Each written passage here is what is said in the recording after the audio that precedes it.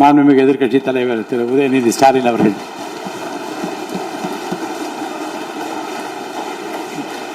மாண்புமிகு பேரவைத் தலைவர் அவர்களே, பெருமை வாய்ந்த இந்த அவையில் ஆளுநர் உரையின் மீது நன்றி தெரிவிக்கின்ற தீர்மானத்தில் பேசுகின்ற வாய்ப்பை தந்த பேரவைத் தலைவருக்கு முதலினுடைய நன்றியை தெரிவிச்சுக்கிறேன்.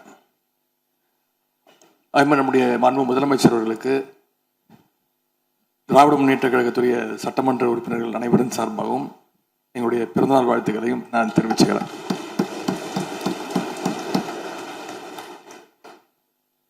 இந்த புதிய ஆட்சி அமைஞ்சு சரியா 40 நாட்கள் கடந்திருக்கு. ஆளுநர் உரையின் போது நானும் எங்களுடைய சட்டமன்ற உறுப்பினர்களும் இந்த 40 நாட்கள்ல இந்த அரசு என்னென்ன பணிகள் செஞ்சிருக்கு, ஏதாவது திட்டங்கள் கொண்டு வந்திருக்காங்களா, ஏதாவது சாதனைகள் செஞ்சிருக்காங்களான்னு ஆவலோடு காத்துக்கிட்டு இருந்தோம். ஆனால் எங்களுக்கு வெறும் ஏமாற்றம் மட்டுமே எஞ்சியது. அப்படி எதுவுமே ஆளுநர் உரையில் எங்களுடைய கண்களுக்கு படவில்லை, எங்களுடைய காதுகளுக்கு கேட்கவில்லை. அதே ஒரு நம்பிக்கை வாக்கெடுப்பின் பொழுது நான் பேசும்பொழுது குறிப்பிட்டு பேசினேன், ஆளுநர் வருவார், ஆளுநர் உரையின் மீது வந்து பேசும்போது தமிழ்த்தாய் வாழ்த்துக்கு முதலிடம் கொடுங்க அப்படின்னு சொன்னேன். பேரவையின் அனுமதியுடன் அலுவல் நேரம் நீட்டிக்கப்படுகிறது. அதே போல தமிழ்த்தாய் வாழ்த்து முதல்ல பாடப்பட்டுச்சு.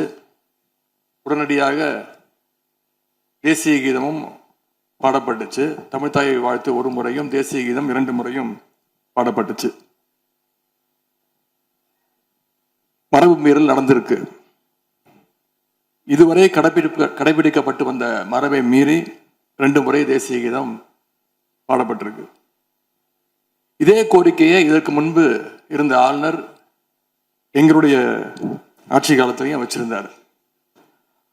ஆனா எங்களுடைய தலைவர் அப்பொழுது மிக உறுதியாக இருந்து இந்த அவையுடைய இறையாண்மையை நாங்க பாதுகாத்திருக்கிறோம்.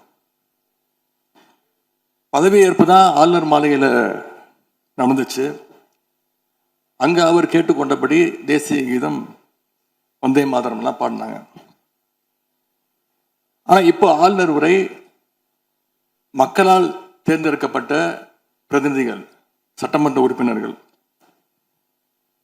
நாம பணி செய்கின்ற இந்த சட்டமன்றத்தில் தான் வாசிக்கப்பட்டிருக்கு. இது நம்மளோட டெரிட்டரி.